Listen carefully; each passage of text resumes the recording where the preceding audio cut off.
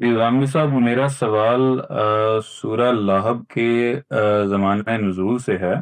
میں نے بیان میں بھی اس کے بارے میں پڑھا ہے، اور مولانا مودودی کی تفہیم القرآن میں بھی تھوڑا سا اس کے بارے میں پڑھا ہے۔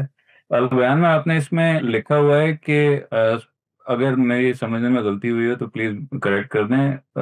سورہ کے نزول کے کم و بیش 2 سال بعد سورہ کی پیشن گوئیاں حرف بحرف پوری ہوئی ہیں۔ مولانا مودودی نے اس میں اپنا ایک قیاس بیان کیا ہے تفہیم القرآن میں کہ اس کا نزول غالباً اس ٹائم پہ تھا جب بنو ہاشم کو شبہ ابی طالب میں ایگزائل کر دیا تھا۔ اس میں انہوں نے تو یہ اس میں کہہ دیا کہ ان کا یہ قیاس ہے، ایک طریقے سے انہوں نے کہہ دیا، لیکن اس البیان میں مجھے کلیئر نہیں تھا کہ یہ آپ نے اپنا قیاس بیان کیا ہے یا اس کی کوئی سورس ہے، مجھے آن لائن مل بھی نہیں رہا تھا۔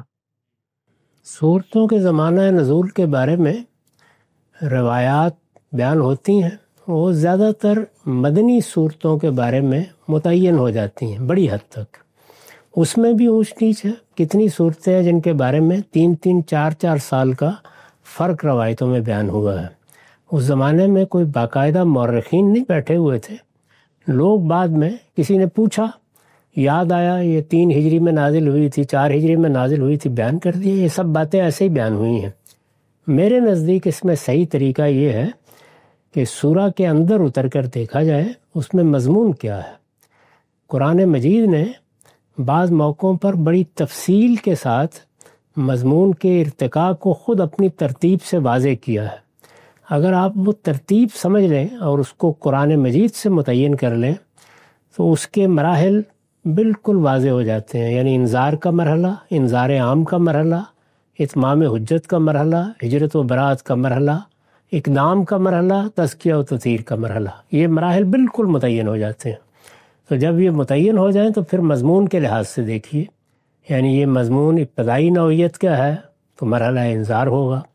یہ اس وقت کا ہے جب قریش پوری قوت کے ساتھ سامنے آ گئے ہیں اور رسالت پاک صلی اللہ علیہ وسلم ان کو عام طریقوں پر کبھی بیت الحرام میں جا کر، کبھی ان کی مجالس میں جا کر تذکیر کر رہے ہیں، تو یہ انذار عام کا ہوگا۔ پھر صورتیں ہی بتانا شروع کر دیتی ہیں کہ اب لوگوں کی طرف سے اعتراضات ہیں، اشکالات ہیں، استہزاء ہے، استخفاف ہے، مذاق اڑا رہے ہیں، پیغمبر پر طرح طرح کے سوالات کر رہے ہیں، صحیح بات سننے کے لیے تیار نہیں ہے، اور قرآن مجید ان اشکالات پر تفصیلی بات کر رہا ہے۔ تو یہ اتمام حجت کے مرحلے کی صورتوں کا عام طریقہ ہے۔ پھر وہ وقت آ جاتا ہے کہ جس میں گویا وداعی خطاب ہوتا ہے، اس میں پیغمبر کو جاہلوں سے اعراض کرنے کے لیے کہا جاتا ہے، آگے کچھ مراحل کے بارے میں اشارے ملنا شروع ہو جاتے ہیں، اور یہ بتایا جاتا ہے کہ اب چھوڑنے کا وقت آ گیا ہے۔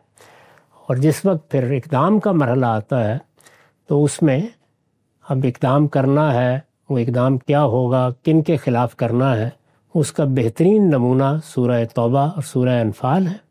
تو اقدام کے مرحلے کی یہ غیر معمولی صورتیں ہیں۔ ان دونوں سے سمجھ لیں کہ اقدام کے مرحلے میں کیا باتیں کہی جاتی ہیں، تو چھوٹی صورتوں کو اس کی روشنی میں سمجھنے میں آسانی ہو جاتی ہے۔ میں نے ان صورتوں کو بھی، لہب کو، اسی طرح نصر کو اسی طرح سمجھا ہے، اور قرآن مجید نے اپنی ترتیب سے اس کی تصویب کی ہے، اس کو بیان کرتی ہے۔